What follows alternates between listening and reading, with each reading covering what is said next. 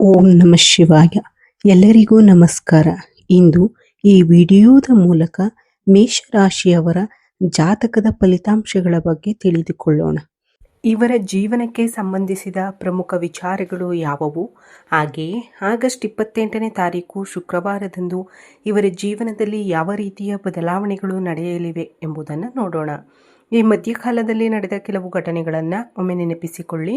ಏಕೆಂದರೆ ನೀವು ಎಷ್ಟೇ ಕಷ್ಟಪಟ್ಟರೂ ಕೆಲಸಗಳು ತಡವಾಗುವುದು, ಕೈಯಲ್ಲಿ ಹಣ ನಿಲ್ಲದೇ ಇರುವುದು, ಮನೆಯಲ್ಲಿ ಸಣ್ಣ ಪುಟ್ಟ ಭಿನ್ನಾಭಿಪ್ರಾಯಗಳು, ಮನಸ್ಸಿನಲ್ಲಿ ಹೇಳಿಕೊಳ್ಳಲಾಗದಂತಹ ಆತಂಕ ಇವೆಲ್ಲವೂ ಒಂದು ಹಂತದವರೆಗೆ ಮಾತ್ರ.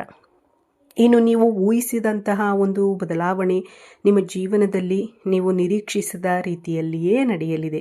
ಅಸಲಿಗೆ ಇದಕ್ಕೆಲ್ಲ ಕಾರಣವೇನು? ದೇವತಾರಾಧನೆಯಿಂದ ಯಾವ ರೀತಿಯ ಶುಭ ಫಲಿತಾಂಶಗಳು ದೊರೆಯುತ್ತವೆ? ಯಾವ ನಿಯಮಗಳನ್ನು ಪಾಲಿಸಬೇಕು? ಯಾವ ಮುನ್ನೆಚ್ಚರಿಕೆಗಳನ್ನು ತೆಗೆದುಕೊಳ್ಳಬೇಕು? ಯಾವ ವಿಧಿವಿಧಾನಗಳನ್ನು ಅನುಸರಿಸಬೇಕು? ಹಾಗೆಯೇ ನಾಳೆಯ ದಿನ ನಿಮ್ಮ ಪ್ರತಿಕೂಲ ಸಮಯವನ್ನು ಅನುಕೂಲಕರವಾಗಿ ಹೇಗೆ ಬದಲಾಯಿಸಿಕೊಳ್ಳಬಹುದು? ಇಂತಹ ಸಂಪೂರ್ಣ ವಿಚಾರಗಳನ್ನು ಈ ವಿಡಿಯೋದಲ್ಲಿ ವಿವರವಾಗಿ ತಿಳಿದುಕೊಳ್ಳೋಣ. ಆದ್ದರಿಂದ ನಮ್ಮ ವಿಡಿಯೋವನ್ನು ಎಲ್ಲಿಯೂ ಸ್ಕಿಪ್ ಮಾಡದೆ ಕೊನೆಯವರೆಗೂ ನೋಡಿ ಸ್ನೇಹಿತರೆ. ಆಗ ಮಾತ್ರ ನಿಮಗೆ ಸಂಪೂರ್ಣ ವಿಷಯ ಅರ್ಥವಾಗುತ್ತದೆ. ಹಾಗೆಯೇ ನಮ್ಮ ಚಾನಲನ್ನು ಹೊಸದಾಗಿ ನೋಡುತ್ತಿರುವವರು ಚಾನಲನ್ನು ಸಬ್ಸ್ಕ್ರೈಬ್ ಮಾಡಿಕೊಳ್ಳುವುದನ್ನು ಮರೆಯಬೇಡಿ. ಹಾಗೆಯೇ ನಮ್ಮ ವಿಡಿಯೋಗೆ ಒಂದು ಲೈಕ್ ನೀಡಿ ಸಪೋರ್ಟ್ ಮಾಡುವುದನ್ನು ಮರೆಯಬೇಡಿ. ಇನ್ನು ಮುಖ್ಯವಾದ ವಿಚಾರಕ್ಕೆ ಬರುವುದಾದರೆ, ಮೇಷರಾಶಿಯು ಜ್ಯೋತಿಷ್ಯದಲ್ಲಿ 1ನೇ ರಾಶಿ ಚಕ್ರ ಚಿಹ್ನೆಯಾಗಿದೆ. ಇದರ ಆಕಾಶ ಮಂಟಪವು ಕೊಂಬುಗಳಿರುವ ಮೇಷದ ಕುರಿಯ ಆಕಾರದಲ್ಲಿದೆ. ಅಶ್ವಿನಿ, ಭರಣಿ ಮತ್ತು ಕೃತಿಕಾ ನಕ್ಷತ್ರದ ಮೊದಲ ಪಾದವು ಈ ರಾಶಿಯಲ್ಲಿದೆ. ಈ ರಾಶಿಯ ಅಧಿಪತಿ ಧೈರ್ಯ ಮತ್ತು ಪರಾಕ್ರಮದ ಕಾರಕನಾದ ಕುಜ ಮಂಗಳ. ಇದು ಅಗ್ನಿ ಅಂಶದ ಸಂಕೇತವಾಗಿದೆ.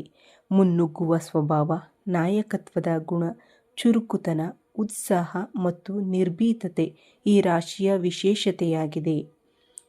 ಚಕ್ರದಲ್ಲಿ ಇದು ಮೊದಲನೆಯದಾಗಿರುವುದರಿಂದ ಹೊಸ ಆರಂಭ, ಶಕ್ತಿ ಮತ್ತು ಮುಂಚೂಣಿಯಲ್ಲಿರುವ ಗುಣವನ್ನು ಇದು ಸೂಚಿಸುತ್ತದೆ. ಈ ದಿನ ಕಾಲಚಕ್ರವು ನಿಧಾನವಾಗಿ ನಿಮ್ಮ ಪರವಾಗಿ ಬದಲಾಗುತ್ತಿದೆ ಎನ್ನುವ ರೀತಿಯಲ್ಲಿ ಈ ದಿನ ನಿಮಗೆ ಬಹಳ ವಿಶೇಷವಾದ ದಿನವಾಗಿ ನೆನಪಿನಲ್ಲಿ ಉಳಿಯಲಿದೆ. ಏಕೆಂದರೆ ಈ ದಿನ ನೀವು ಖಂಡಿತವಾಗಿಯೂ ಕೆಲವು ವಿಶೇಷ ಸಂಕೇತಗಳನ್ನು ಗಮನಿಸುತ್ತೀರಿ. ಅದರಲ್ಲೂ ಈ ದಿನ ಪರಮೇಶ್ವರನ ಅನುಗ್ರಹ ನಿಮಗೆ ಬಹಳ ಚೆನ್ನಾಗಿ ಗೋಚರಿಸಲಿದೆ. ಆದ್ದರಿಂದ ಈ ದಿನ ಪರಮೇಶ್ವರನ ಆರಾಧನೆಯನ್ನು ಹೆಚ್ಚಾಗಿ ಮಾಡಿಕೊಳ್ಳಲು ನೀವು ಆಸಕ್ತಿ ತೋರಬೇಕು. ಅವರ ಕೃಪೆ, ಆಶೀರ್ವಾದ ಮತ್ತು ಶಕ್ತಿ ನಿಮ್ಮ ಮನೆಗೆ ಪ್ರವೇಶಿಸುವ ಸಮಯವೆಂದು ಈ ದಿನವನ್ನು ಹೇಳಬಹುದು. ಈ ದಿನ ಒಬ್ಬ ಅತಿಥಿಯ ರೂಪದಲ್ಲಾಗಲಿ ಅಥವಾ ಯಾವುದಾದರೂ ಆಶ್ಚರ್ಯಕರ ಘಟನೆಯ ರೂಪದಲ್ಲಾಗಲಿ ನಿಮ್ಮ ಜೀವನದಲ್ಲಿ ನಿಮಗೆ ಬಹಳ ಆಶ್ಚರ್ಯವನ್ನು ನೀಡುವಂತಹ ಒಂದು ಘಟನೆ ನಡೆಯುವ ಸಾಧ್ಯತೆ ಇದೆ. ನೀವು ಗಮನಿಸಿದರೆ ಕಳೆದ ಕೆಲವು ದಿನಗಳಿಂದ ನಿಮ್ಮ ಮನಸ್ಸು ಭಗವಂತನ ಕಡೆಗೆ ಹೆಚ್ಚು ಆಕರ್ಷಿತವಾಗುತ್ತಿರಬಹುದು. ಆಗಾಗ್ಗೆ ಯಾವುದಾದರೂ ದೇವಾಲಯಕ್ಕೆ ಹೋಗಬೇಕು ಎಂದು ಅನಿಸಬಹುದು. ಓಂ ನಮಃ ಶಿವಾಯ ಎಂಬ ಮಂತ್ರ ಪದೇ ಪದೇ ನಿಮ್ಮ ಕಿವಿಗೆ ಬೀಳುತ್ತಿರಬಹುದು. ಪರಮೇಶ್ವರನ ಫೋಟೋ ಅಥವಾ ನಂದೀಶ್ವರನ ದರ್ಶನ ಆಗಾಗ್ಗೆ ನಿಮಗೆ ಕಾಣಿಸುತ್ತಿರಬಹುದು. ಇಂತಹ ಘಟನೆಗಳು ನಡೆಯುತ್ತಿರಬಹುದು. ಆಧ್ಯಾತ್ಮಿಕವಾಗಿ ಗಮನಿಸಿದರೆ ನಿಮ್ಮ ಜೀವನದಲ್ಲಿ ಯಾವಾಗ ಅಡೆತಡೆಗಳು ಬಂದರೂ, ಯಾರಾದರೂ ಅಥವಾ ಯಾವುದಾದರೂ ಸಮಸ್ಯೆಯಿಂದ ನೀವು ಬೇಸರಗೊಂಡಾಗಲೂ ಭಗವಂತನು ಪ್ರತಿ ಬಾರಿಯೂ ನಿಮಗೆ ಸಹಾಯ ಮಾಡುತ್ತಲೇ ಬಂದಿದ್ದಾನೆ. ಆದರೆ ಈ ದಿನ ಸ್ವಲ್ಪ ಗೊಂದಲದ ವಾತಾವರಣ ನಿಮಗೆ ಕಾಣಿಸಬಹುದು. ಅಂದು ಏನೆಂದು ನಿಮಗೂ ಚೆನ್ನಾಗಿ ತಿಳಿದಿರಬಹುದು. ಆದರೆ ಆ ಗೊಂದಲ ನಿಮ್ಮ ನಾಶಕ್ಕಾಗಿ ಅಲ್ಲ, ನಿಮ್ಮನ್ನು ಒಂದು ಹೊಸ ಆರಂಭಕ್ಕೆ ಸಿದ್ಧಪಡಿಸುವ ಪ್ರಕ್ರಿಯೆ ಎಂದು ಹೇಳಬಹುದು. ಮುಖ್ಯವಾಗಿ ನೀವು ಸಹಜವಾಗಿಯೇ ಕಷ್ಟಪಡುವ ಸ್ವಭಾವದವರು. ಇತರರಿಗಾಗಿ ತ್ಯಾಗ ಮಾಡುತ್ತೀರಿ, ಆದರೆ ನಿಮ್ಮ ನೋವನ್ನು ಹೊರಗೆ ಹೇಳಿಕೊಳ್ಳುವುದಿಲ್ಲ. ಅನೇಕ ಜನರು ನಿಮ್ಮ ಒಳ್ಳೆಯತನವನ್ನು ದುರುಪಯೋಗಪಡಿಸಿಕೊಂಡಿರಬಹುದು. ಆದರೂ ನೀವು ಯಾರಿಗೂ ಯಾವುದೇ ಹಾನಿ ಮಾಡಿಲ್ಲ, ಯಾರಿಗೂ ಕೆಟ್ಟದ್ದನ್ನು ಬಯಸಿಲ್ಲ. ನಿಮ್ಮ ಈ ಒಳ್ಳೆಯತನವೇ ಇಂದು ನಿಮ್ಮನ್ನು ಭಗವಂತನ ದೃಷ್ಟಿಗೆ ಕೊಂಡೊಯ್ಯುತ್ತಿದೆ ಎಂದು ಹೇಳಬಹುದು. ಇಂದು ನಿಮ್ಮ ಮನೆಯಲ್ಲಿ ನಡೆಯುವ ಒಂದು ಆಶ್ಚರ್ಯಕರ ಘಟನೆ ನಿಮಗೆ ಬಹಳ ಸಂತೋಷವನ್ನು ನೀಡಲಿದೆ. ಬಹಳ ದಿನಗಳಿಂದ ನಿಂತು ಹೋಗಿದ್ದ ಒಂದು ಕೆಲಸ ಆಕಸ್ಮಿಕವಾಗಿ ಪೂರ್ಣಗೊಳ್ಳಬಹುದು. ಹಲವು ದಿನಗಳಿಂದ ಬರದಿದ್ದ ಒಂದು ಶುಭ ಸುದ್ದಿ ಇಂದು ನಿಮ್ಮ ಕಿವಿಗೆ ಬೀಳಬಹುದು. ಕುಟುಂಬದಲ್ಲಿ ಸಂತೋಷವನ್ನು ತುಂಬುವಂತಹ ಒಂದು ಅವಕಾಶ ನಿಮ್ಮ ಬಾಗಿಲನ್ನು ತಟ್ಟಬಹುದು. ಅದು ಉದ್ಯೋಗಕ್ಕೆ ಸಂಬಂಧಿಸಿದ ವಿಷಯವಾಗಿರಬಹುದು, ವ್ಯಾಪಾರಕ್ಕೆ ಸಂಬಂಧಿಸಿದ ವಿಷಯವಾಗಿರಬಹುದು, ಲಾಭಕ್ಕೆ ಸಂಬಂಧಿಸಿದ ವಿಚಾರವಾಗಿರಬಹುದು, ಅಥವಾ ನಿಮ್ಮ ವ್ಯವಹಾರವನ್ನು ಸಂಪೂರ್ಣವಾಗಿ ಅನುಕೂಲಕರವಾಗಿ ಬದಲಾಯಿಸುವಂತಹ ವಿಷಯವಾಗಿರಬಹುದು. ಹಾಗೆಯೇ ಬಹಳ ಕಾಲದಿಂದ ನಿಮ್ಮಿಂದ ದೂರವಾಗಿದ್ದ ಒಬ್ಬ ವ್ಯಕ್ತಿ ಮತ್ತೆ ನಿಮ್ಮ ಜೀವನಕ್ಕೆ ಮರಳಿ ಬರಬಹುದು. ಇದು ಭಗವಂತನ ಅನುಗ್ರಹ ನಿಮ್ಮ ಮೇಲೆ ಇರಲು ಪ್ರಮುಖ ಕಾರಣವೇನು ಎಂದು ನೋಡಿದರೆ ಅದರ ಹಿಂದೆ ಬಹಳ ಆಳವಾದ ಕಾರಣವಿದೆ. ಇಂದಿನ ಜನ್ಮದಲ್ಲಿ ನೀವು ಮಾಡಿದ ಕೆಲವು ಸತ್ಕಾರ್ಯಗಳ ಫಲವಾಗಿರಬಹುದು. ಈಗ ನಿಮ್ಮ ಪುಣ್ಯಕ್ಕೆ ತಕ್ಕ ಪ್ರತಿಫಲವನ್ನು ಭಗವಂತನು ನಿಮಗೆ ನೀಡಲಿದ್ದಾನೆ. ನೀವು ಮಾಡುವ ಪ್ರತಿಯೊಂದು ಕೆಲಸವನ್ನು ವಿಶ್ವವು ಗಮನಿಸುತ್ತಿರುತ್ತದೆ. ಸರಿಯಾದ ಸಮಯ ಬಂದಾಗ ಅದೇ ಪುಣ್ಯ ಕಾಲವಾಗಿ ಬದಲಾಗುತ್ತದೆ ಮತ್ತು ಆಶೀರ್ವಾದದ ರೂಪದಲ್ಲಿ ನಿಮಗೆ ಮರಳಿ ಬರುತ್ತದೆ. ಅದಕ್ಕೆ ಸಾಕ್ಷಿಯೇ ಇಂದು ನಿಮ್ಮ ಜೀವನದಲ್ಲಿ ನಡೆಯಲಿರುವ ಈ ಉತ್ತಮ ಸಮಯ ಎಂದು ಹೇಳಬಹುದು. ಇಂದು ಮನೆಯಲ್ಲಿ ವಾತಾವರಣ ಬಹಳ ಶಾಂತವಾಗಿರುತ್ತದೆ. ಆದ್ದರಿಂದ ಇಂದು ಪರಮೇಶ್ವರನ ಆರಾಧನೆಯನ್ನು ಹೆಚ್ಚು ಮಾಡಿಕೊಳ್ಳಲು ಸಂಕಲ್ಪ ಮಾಡಿ. ಬಿಲ್ವದಳಗಳಿಂದ ಶಿವನನ್ನು ಪೂಜಿಸಿ. ಓಂ ನಮಃ ಶಿವಾಯ ಎಂಬ ನಾಮಜಪವನ್ನು ಸಾಧ್ಯವಾದಷ್ಟು ಜಪಿಸಿ. ಇಂದು ಸಣ್ಣ ಪುಟ್ಟ ಪರಿಹಾರಗಳನ್ನು ಮಾಡಿಕೊಂಡರೂ ನಿಮ್ಮ ಜೀವನದಲ್ಲಿ ಸಕಾರಾತ್ಮಕ ಬದಲಾವಣೆಗಳನ್ನು ಗಮನಿಸಬಹುದು. ಪರಿಹಾರ ಎಂದಾಕ್ಷಣ ದೊಡ್ಡ ಮೊತ್ತದ ಹಣ ಖರ್ಚು ಮಾಡಬೇಕು ಎಂದೇನಿಲ್ಲ. ಒಂದು ಚೆಂಬು ನೀರನ್ನು ತೆಗೆದುಕೊಂಡು ಇಂದು ಶಿವಾಲಯಕ್ಕೆ ಹೋಗಿ ಸ್ವಾಮಿಗೆ ಜಲಾಭಿಷೇಕ ಮಾಡಿ. ಆ ನೀರಿನಲ್ಲಿ ನಿಮಗೆ ಸಾಧ್ಯವಾದಷ್ಟು ಬಿಲ್ವದಳಗಳನ್ನು ಹಾಕಿ ಸ್ವಾಮಿಗೆ ಅಭಿಷೇಕ ಮಾಡಿ.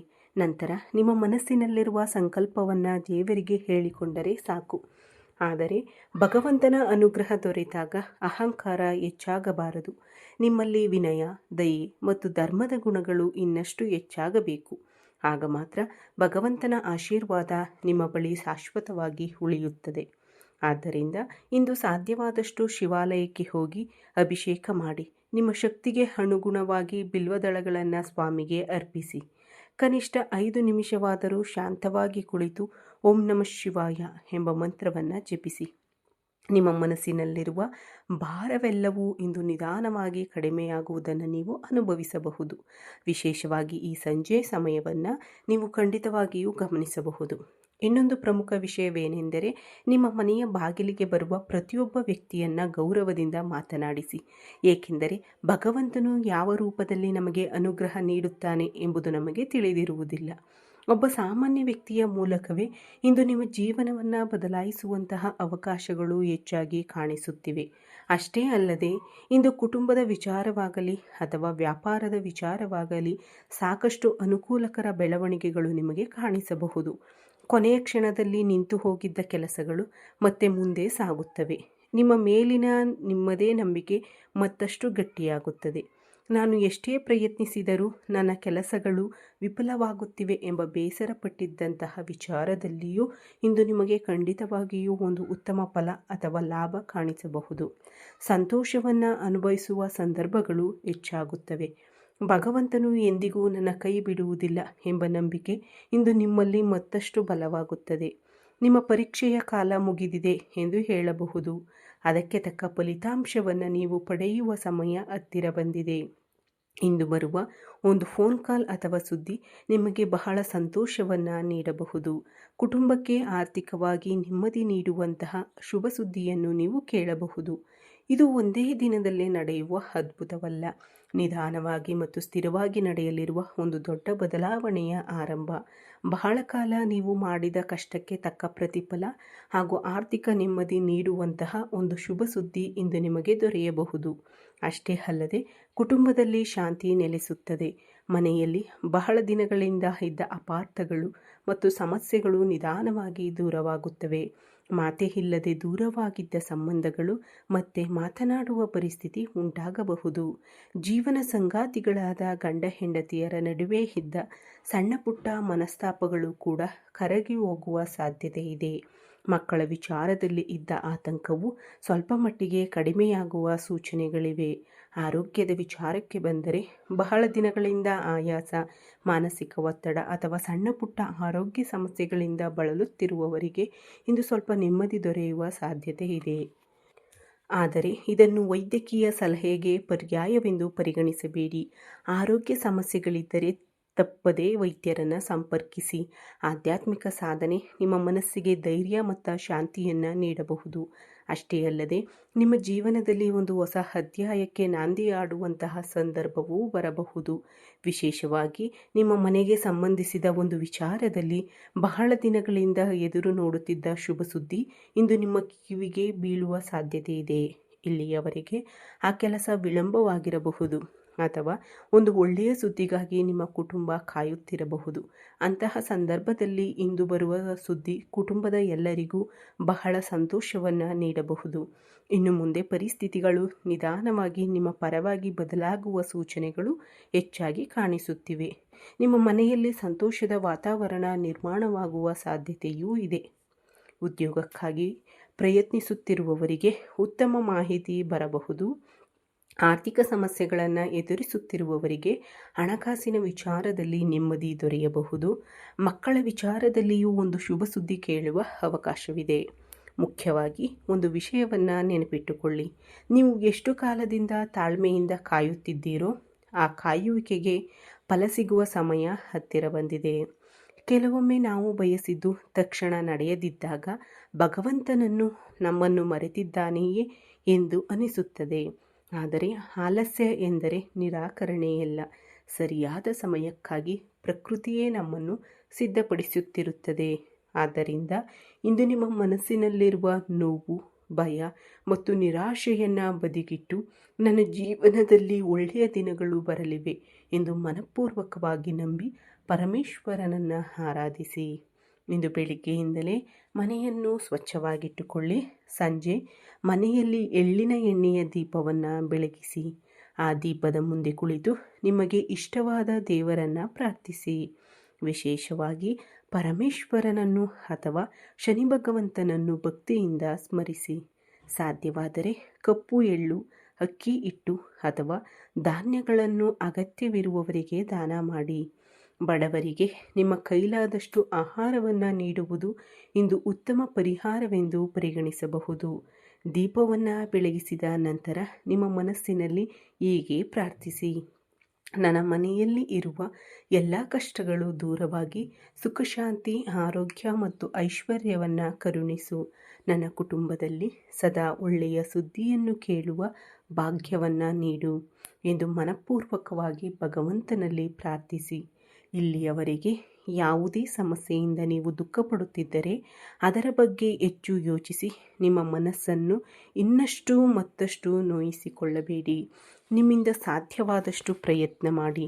ಉಳಿದದ್ದನ್ನು ಭಗವಂತನ ಮೇಲೆ ನಂಬಿಕೆ ಇಟ್ಟು ಬಿಟ್ಟು ಬಿಡಿ. ನಿಮ್ಮ ಜೀವನದಲ್ಲಿ ಒಂದು ಹಳೆಯ ಅಧ್ಯಾಯ ಮುಗಿದು ಹೊಸ ಹಂತದ ಬಾಗಿಲುಗಳು ತೆರೆಯುವ ಸಮಯ ಬರುತ್ತಿದೆ ಎಂದು ಭಾವಿಸಿ. ನಿಮ್ಮ ಮನೆಯಲ್ಲಿ ಸಂತೋಷ ತುಂಬಿಕೊಳ್ಳಲಿದೆ. ನೀವು ಬಹಳ ಕಾಲದಿಂದ ಕಾಯುತ್ತಿದ್ದ ಆ ಶುಭ ಸುದ್ದಿ ನಿಮ್ಮ ಕಿವಿಗೆ ಬೀಳುವ ಸಾಧ್ಯತೆಗಳು ಬಹಳ ಬಲವಾಗಿವೆ. ಅಷ್ಟೇ ಅಲ್ಲದೆ ಇಂದು ನಿಮಗೆ ಬರುವ ಒಂದು ಫೋನ್ ಕಾಲ್ ನಿಮ್ಮ ಮನಸ್ಸಿನಲ್ಲಿ ಬಹಳ ದಿನಗಳಿಂದ ಇದ್ದ ಹಲವು ಪ್ರಶ್ನೆಗಳಿಗೆ ಉತ್ತರ ನೀಡಬಹುದು. ನೀವು ಬಹಳ ದಿನಗಳಿಂದ ಒಬ್ಬ ವ್ಯಕ್ತಿಯ ಫೋನ್ಗಾಗಿ ಕಾಯುತ್ತಿರಬಹುದು ಅಥವಾ ಯಾವುದಾದರೂ ಕೆಲಸದ ಬಗ್ಗೆ ಮಾಹಿತಿ ಬರಲಿ ಎಂದು ಕಾಯುತ್ತಿರಬಹುದು. ಉದ್ಯೋಗ, ಹಣ ಅಥವಾ ಯಾವುದಾದರೂ ಒಂದು ನಿರ್ಧಾರಕ್ಕಾಗಿ ನೀವು ಬಹಳ ದಿನಗಳಿಂದ ಕಾಯುತ್ತಿರಬಹುದು. ಅಂತಹ ಸಂದರ್ಭದಲ್ಲಿ ಇಂದು ಆಕಸ್ಮಿಕವಾಗಿ ಬರುವ ಒಂದು ಫೋನ್ ಕಾಲ್ ನಿಮಗೆ ನೆಮ್ಮದಿ ನೀಡುವ ಸುದ್ದಿಯನ್ನು ತರಬಹುದು. ವಿಶೇಷವಾಗಿ ಹಿಂದೆ ಯಾರೊಂದಿಗಾದರೂ ಮಾತನಾಡಿ ಮತ್ತೆ ನಿಮಗೆ ಫೋನ್ ಮಾಡುತ್ತೇನೆ ಎಂದು ಹೇಳಿದ್ದ ವ್ಯಕ್ತಿಯಿಂದ ಮತ್ತೆ ಮಾಹಿತಿ ಬರುವ ಸಾಧ್ಯತೆಯೂ ಇದೆ. ಕೆಲವು ಸುದ್ದಿಗಳು ಬರಲು ಸಮಯ ಬೇಕಾಗುತ್ತದೆ, ಆದರೆ ಬಂದಾಗ ಅವು ನಮಗೆ ಅಪಾರ ಸಂತೋಷವನ್ನು ನೀಡುತ್ತವೆ. ಜನರೊಂದಿಗೆ ಶಾಂತವಾಗಿ ಮಾತನಾಡಿ. ನನ್ನ ಮನೆಗೆ ಶುಭ ಸುದ್ದಿ ಬರಲಿದೆ. ನನ್ನ ಕುಟುಂಬದಲ್ಲಿ ಸಂತೋಷ ಮತ್ತು ಶಾಂತಿ ನೆಲೆಸಲಿದೆ. ನಾನು ಕಾಯುತ್ತಿರುವ ಒಳ್ಳೆಯ ಮಾಹಿತಿ ನನಗೆ ದೊರೆಯಲಿದೆ ಎಂದು ಸಕಾರಾತ್ಮಕವಾಗಿ ಯೋಚಿಸುತ್ತೀರಿ. ಸಾಧ್ಯವಾದರೆ ಇಂದು ಬಡವರಿಗೆ ಅಥವಾ ಅಗತ್ಯವಿರುವವರಿಗೆ ನಿಮ್ಮಿಂದ ಸಾಧ್ಯವಾದಷ್ಟು ಅಗತ್ಯ ವಸ್ತುಗಳು ಅಥವಾ ಆಹಾರವನ್ನು ನೀಡಿ. ಹೀಗೆ ಈ ರಾಶಿಯವರ ಜೀವನದಲ್ಲಿ ಆಗಸ್ಟ್ 28ನೇ ತಾರೀಕಿನಂದು ನಡೆಯಬಹುದಾದ ಪ್ರಮುಖ ವಿಚಾರಗಳು, ಅವುಗಳ ಪರಿಣಾಮಗಳು, ಯಾವ ದೇವತಾರಾಧನೆ ಶುಭಕರವಾಗಿರುತ್ತದೆ, ಯಾವ ನಿಯಮಗಳನ್ನು ಪಾಲಿಸಬೇಕು ಮತ್ತು ಯಾವ ಮುನ್ನೆಚ್ಚರಿಕೆಗಳನ್ನು ತೆಗೆದುಕೊಳ್ಳಬೇಕು ಎಂಬುದನ್ನು ಈ ವಿಡಿಯೋದಲ್ಲಿ ವಿವರವಾಗಿ ತಿಳಿದುಕೊಂಡಿದ್ದೀರಿ ಎಂದು ಭಾವಿಸುತ್ತೇನೆ. ಈ ವಿಡಿಯೋ ನಿಮಗೆ ಇಷ್ಟವಾಗಿದ್ದರೆ ಒಂದು ಚಿಕ್ಕ ಲೈಕ್ ನೀಡಿ ಸಪೋರ್ಟ್ ಮಾಡಿ. ನಮ್ಮ ಚಾನಲನ್ನು ಸಬ್ಸ್ಕ್ರೈಬ್ ಮಾಡಿಕೊಳ್ಳುವುದನ್ನು ಮರೆಯಬೇಡಿ. ಈ ವಿಡಿಯೋ ವೀಕ್ಷಿಸಿದ ನನ್ನೆಲ್ಲ ವೀಕ್ಷಕ ಬಂಧುಗಳಿಗೂ ಧನ್ಯವಾದಗಳು. ಜೈ ಶ್ರೀರಾಮ್, ಜೈ ಶ್ರೀ ಕೃಷ್ಣ, ಹರ ಹರ ಮಹಾದೇವ್, ಓಂ ನಮಃ ಶಿವಾಯ.